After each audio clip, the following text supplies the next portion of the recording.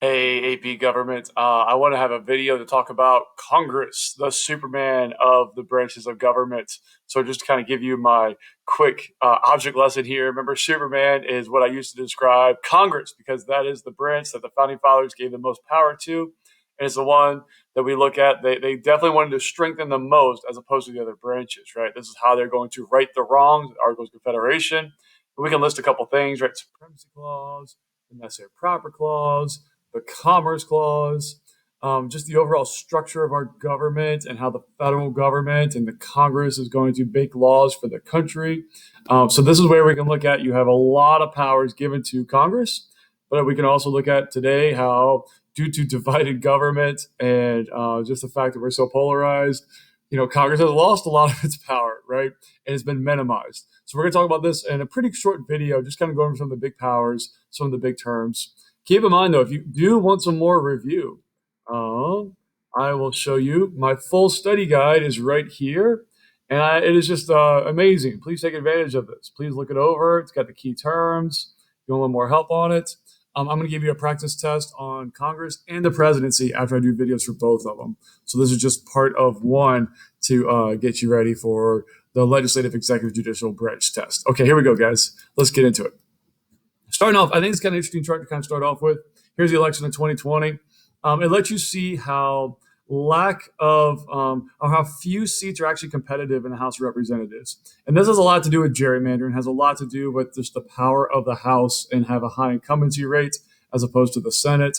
But look, out of 435 seats, really only 21 of them are going to be really toss-ups. And this is really indicative of just the overall nature of our politics and how the House is going to have a lot more safe seats. A lot of seats are basically drawn in a way to give an advantage. And people are also just kind of compactly organized, right? People who live in a certain area are usually going to be more Republican or Democrat, right? Or people who are going to be in this area are going to be more Republican or Democrat, right? It's usually like big cities, more Democrat, country, rural areas, more Republican. And we're getting more divided as a people, right? So these districts are being drawn in a way that definitely reflects some of that too.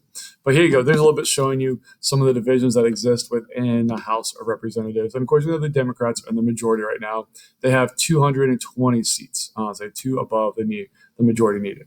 Okay, so just a real quick review. We talked about the UK Parliament, and now this makes more sense to you because you understand what the parliamentary government is. In UK system, the citizens only vote for the legislative branch, and then they in turn pick the prime minister. In America, we get to vote for both our executive and our legislative branch. That makes us a presidential system. Now, with that, we get to have more say over our government, but we can also have more divided government. We can have a party that has the legislative and a party that controls the executive, and that can be conflict unless they compromise. But that's kind of a dirty word these days. No one wants to compromise in Congress. So we have just this divided government of gridlock. Okay? In UK system, it's much easier to pass laws because you are the majority party, right? There's only one major house, the House of Commons, and they're the ones that have the law-making power for the most part. And there's a lot of party loyalty there. So we can make a lot of similarities between our House of Representatives and then the House of Commons that exists within the UK, and that it's largely just like party loyalty and people vote based on that issue. In our system, the majority party has everything to play in the House of Representatives, right? Like if you're the majority party in the House, game on. You control all the committees, you control the leadership. You're largely going to basically control the overall agenda of the House. In the Senate, it doesn't have to be the case because minority members can still filibuster, where basically they can get up and basically to lay a vote if they want to say, we're not going to discuss this until you have 60 votes, cloture, to shut me down. And that's typical where you see the minority party can have more power in the Senate than in the House, right? If you're in the House, you're in the minority party, your job is to vote no and wait for the next election. Okay, so a couple things about the House. Remember, this is the body that was given what's called majoritarian democracy. This is the one that was given the power of like taxation. Remember, no taxation without representation. So the House of Representatives is the lower house, and this is the one that the people originally had a say over. The people, right? I mean, white men with property originally, but that's changed over time with suffrage amendments and all that. But this is where we look at. We have 435 seats based on the Act of 1929, and they're chosen every 2 years. Every 2 years, they have elections. Okay. I just kind of talk about congressional districts. So reapportionment is what happens at the federal level. So after a census, Congress is going to look at all the data and they're going to basically say, okay, Virginia, you have 11 districts. Even though you grew a little bit, you didn't grow enough to get a district, right? And then here's a bunch of states that lost a district, right? Like Texas is going to get I think 2 more seats this year, this upcoming year, because so many people moved to Texas. New York is going to lose a seat. California is going to lose a seat. And there's a couple other states that are going to lose seats based on where they move to. But that happens with reapportionment when they're going to assign you the seats based on how many people have moved in or moved out and what those numbers are. Gerrymandering now happens at the state level, right? So gerrymandering is done by state lawmakers. So once the state knows, like in Virginia, we have 11 congressional districts, the majority party in the legislature gets to redraw the lines. Now, Virginia has done something a little bit differently. We're going to have a nonpartisan group kind of basically do this, kind of like a citizen group, along with some representatives. We're going to kind of draw our district lines to cut down on gerrymandering, because we definitely have had some of that in America. We definitely had some of that in Virginia as well. You are absolutely allowed to gerrymander in Virginia, though, and anywhere else, as long as you don't gerrymander based on race. You've got to gerrymander every 10 years, right? That's Baker versus Carr, right? So they can one man, one vote. And so, again, you can't gerrymander based on race, and they got to be equal in size. Those are kind of the 2 limitations the Supreme Court has put on gerrymandering. They've got to be contiguous as well. Like you can't have a district over here and like another part over there. But for the most part, the 2 big issues are you can't do it based on race, and then they have to be redrawn every 10 years. Okay, and that's Baker versus Carr. Shaw versus Reno, if you remember, that's the one that allowed for majority-minority districts to be drawn, right? So you're allowed to basically have districts that give representation to underrepresented groups, minority groups in society, so that they get to have a say within Congress. Okay, so this is just a quick question. It says this map shows the outline of a congressional district. Which of the following statement best explains the motivation behind the way in which it is drawn? If you remember, I actually showed this video. It's like the Earmuff district. It's in Illinois, and it's basically a Hispanic district to connect 2 Hispanic neighborhoods, right? So the best one's going to be answer D, right? It has likely been drawn to pack together voters who are registered with the same party. So it's drawn in a way for gerrymandering to keep that party stronger, okay? This is why the House incumbency rate is so high, and the Senate's more volatile. The Senate's definitely a little more fluctuating. Remember, the Senate has a seat they have elections every 6 years, so they're not as, kind of routine as the House gets. Sometimes the House seats, even though they're every 2 years, most people are not as excited about the House seats as they are about the Senate seats. And plus, you get some gerrymandering in there, and you're able to draw lines and district that really benefit your party. So it's kind of a safe seat. Okay. So here's just a quick FRQ. Define congressional reapportionment and explain why it's important to states. Well, that's what determines their overall representation in the House of Representatives, right? Is there how many seats they have within, Congress, if you will. And also the Electoral College vote too, right? Define congressional redistricting. Well, that's what happens at the state level, right? So after they're given those districts, then they'll redraw those lines, and that's where gerrymandering can occur.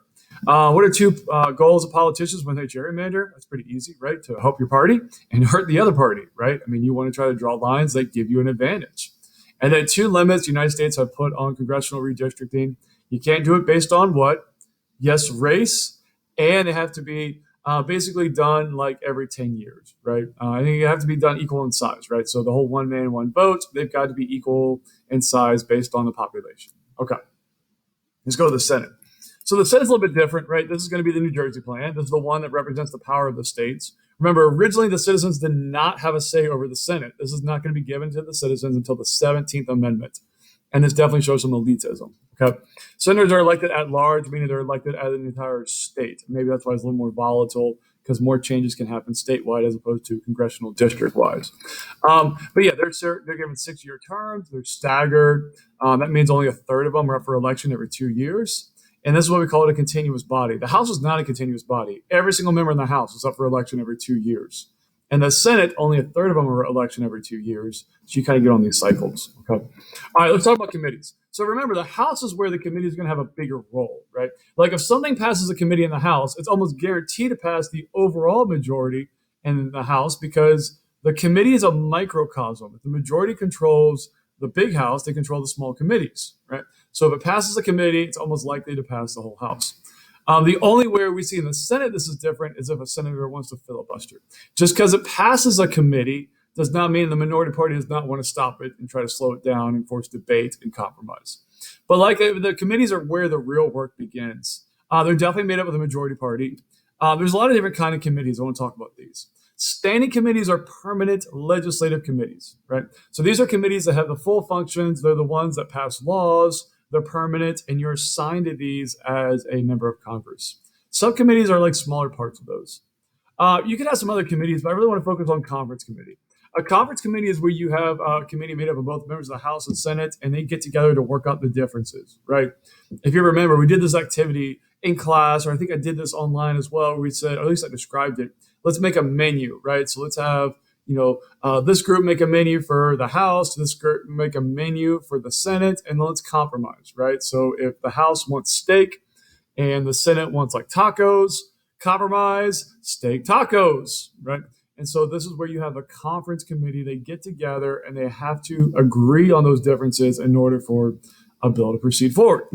And again, a chairmanship is always a member of the majority party, right? The majority party controls all the leadership, and that's really important.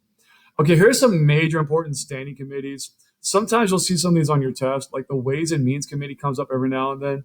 That's a committee that's going to deal with taxation measures. So if we're going to try to reform the tax code or something, that goes to the Ways and Means Committee first. Again, always to the House, because no taxation without representation, right? So this is the body that represented the people. So they have taxation measures, and that's the Ways and Means. Appropriations is more of the spending and like what we're going to spend money on. And then the Budget Committee is just our overall budget. But a lot of economic issues here.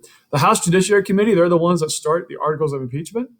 So they file those articles of impeachment, if you will, and then that goes to the Senate. The Senate's going to be, again, have several committees. They get to have a little bit more of the confirmation power, right? The advice and consent goes to the Senate. So any federal judge has to be approved by the Senate. Any cabinet member has to be appointed and it has to be approved by the Senate. And this is where you have a lot of power, where like the Senate gets to basically determine yay or nay. Again, this is where you see where the Senate has that confirmation power that the House does not have, right? In addition, if there is an impeachment, there goes to the Senate Judiciary and then ultimately to the full Senate for conviction, 2/3 to convict. Okay. I want to know the significance of the following, though. Definitely know the power of committees, right? Definitely more in the House than in the Senate, but that's just a distinction we already kind of covered. And that, like, again, the minority party can stop that. Party discipline is huge in the House as well. People are going to vote largely as partisans in the House. In the Senate, you might see more trustee voting. A trustee is going to vote based on what they think is right. A partisan votes based on what the party tells them to do. Okay. Remember, a filibuster only happens in the Senate, and this is definitely a power of the minority to force debate. The only thing that can end a filibuster, other than compromise, is cloture votes. A cloture is going to be like 3/5 of the Senate. And this is where you have 60 votes, right? So if the Senate gets together and they're going to agree, 60 votes, this is what ends a filibuster, okay? We talked about gerrymandering already. We talked about the Senate term, that's 6 years versus the House term, right? Importance of House Rules Committee. I forgot this. Remember, every bill that comes out of committee in the House has to be given a rule for debates. And this is where you have the House Rules Committee. They can give it an open rule or they can give it a closed rule. Right. An open rule is basically a rule that says we can make amendments to it on the floor. A closed rule is where you just have to vote on it as is. There's no amendments that can be added. Okay. And then the key thing for a conference committee is compromise. Okay, a couple powers of Congress. Filibusters, let's talk a bill to death. There's Strom Thurmond. He's the guy who had the longest filibuster. He filibustered one of the Civil Rights Act. I think it was like in 1960, and it lasted 24 hours and 18 minutes. So just kind of show you the House and the Senate powers. I'll show you these again. Again, the House is all revenue bills. They get to file the articles of impeachment, a lot of party discipline. They also get to pick the president if no one wins the Electoral College. That's fun, too. The Senate, they have to ratify all treaties. They have the power of the sword. They approve all appointments, right? This is the advice and consent power given to the Senate. And then they ultimately also have to serve as the jury for impeachment, okay? They have filibuster, but remember, that's not express. Like, that's not in the Constitution. That was a rule they created for themselves, and that can easily be taken away, as we heard discussion of whether or not to get rid of that. Okay, so here's some powers I want you to know regarding, like, the non-legislative powers of Congress. So the confirmation power is a big one, right? President appoints, the Senate confirms, and basically a simple majority is all you need. Diplomatic power, the president can negotiate a treaty, and then the Senate has to ratify that by 2/3 majority. Okay. The president will sign the treaty again. The declaration of war, both houses have to agree to declare war. Again, we haven't done this since World War II, but they both have to agree to declare war. Impeachment, that's all, then votes both of them as well. The House issues the charges. The Senate is going to try them, and we see that. Okay. And the punishment is obviously really, really bad if you're impeached. You're kicked out, you're removed, you lose your pension, all that stuff. The electoral duties is to basically, if no one wins the presidency, remember the House gets to vote for the president, and it's a majority vote, 26 votes. Each state gets one vote, and you win the presidency. Okay. So we're talking about some powers here. Remember, we got the express powers. These are the ones you can see. The implied powers are the ones you can't see. These are given to Congress by the necessary and proper clause, right? So this is why, sorry, I'm squishing my Superman here. This is why the Superman is Superman. He's got invisible powers, the necessary and proper clause, right? So this would be something like the Affordable Care Act. Like that's not in the Constitution, but Congress has the ability to pass any law they want to. And the Affordable Care Act was viewed as a tax. So Congress can definitely tax you if you don't have health insurance, right? So that's just an example of an necessary and proper clause. Many others we can look at. Okay. Organization of Congress. I want you to know a couple things. So Speaker of the House, yes, they're going to be the ones that are going to basically run the show. And then we see the committee chairman is always a member of the majority party. Okay. And the Senate, again, there's not as much structure. Like the House is a lot more structure. They have a rules committee. It's just a bigger body. If you remember this term, a discharge petition is really, really rare in the House. That's when you force a bill out of committee to be voted on the floor. So let's say a bill dies in committee, you can basically get half of the House to say we want to hear that bill, and they force it out for a floor vote. They're really rare because of the majority party killed in the committee. You would have to get the majority in the House to disagree with the majority in that committee, which doesn't often happen, right? The Democrats control the committee, they control the whole House. And the leadership's going to organize together. So it's very odd that you would have that happen, but it could happen. It's just one of those AP government terms you're supposed to know. Okay. Speaking of AP government terms here, you're supposed to know. I want you to know these. Trustee. If you vote as a trustee, you're going to say, I vote based on what I think I should do, right? A partisan is going to vote based on the people. And a delegate's, a partisan is going to vote based on the party. I'm so sorry. Yes. You're a partisan if you follow party loyalty. A delegate votes based on the people, right? So you listen to the people. What do you do on that? And then Politico does a little bit of all three. So they kind of like, they go back and forth. Okay? So there you go. Trustee says, I'm going to do what I think is right. A delegate, let me listen to the people. And a partisan, you listen to your party. Definitely a lot more partisans in the House and whatnot. Okay. So how can you do this one question here? Which of the following scenarios is an example of a trustee model of representation? Take a look at it. You want to find something where the member of Congress does what they think is right. And this is going to be letter C, right? A member of Congress votes to close a popular tax loophole based on the belief that money would be better spent paying down the national debt. And that's 100% like a trustee vote, if you will. Okay. All right. There's one slide that for somehow it escaped me. So hold on a second. I've got to dig this thing up real quickly because you need to know this slide. So bear with Mr. Matthews as he is going to scramble like crazy to find what he's looking for. Here we go. I want you to know this slide right here. I don't know what happened there. Somehow that just didn't carry over. So I'm going to throw this one in our presentation as well so we can look at this. We're going to discard that, and we're going to throw it right here. Okay, on the whim. Here we go. Okay. Maybe what's going on there? It just doesn't want to carry over. I don't know what's going on, guys. My slide does not want to. Nope. Hold on. Oh, having trouble this morning. Come on, copy.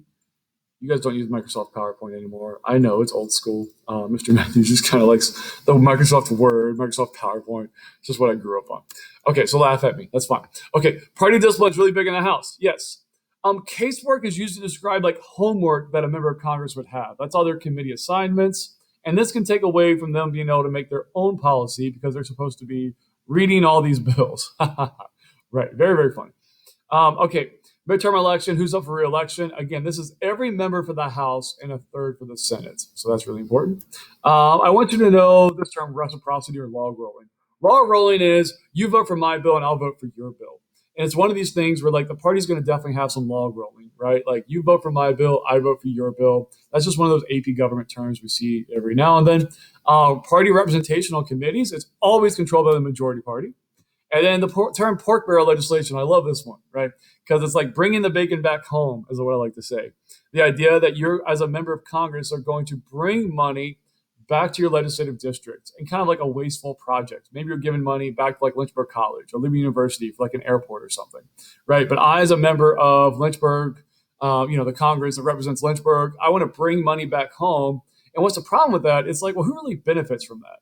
Like, only people in Lynchburg are going to benefit from an airport like at Liberty University or from a research grant at Lynchburg College. Yes, all of America could benefit, but like Lynchburg should pay for that themselves. It should not be paid for by federal dollars. And that's where pork legislation comes in. Okay. Okay, guys. That being said, that's your review on Congress. I'm gonna post like 10 questions to see how you can do, see what you learned on it. That's your assignment for Congress. Hopefully, it's helpful for you. We'll talk to you guys very, very soon. Take care. See you. Bye.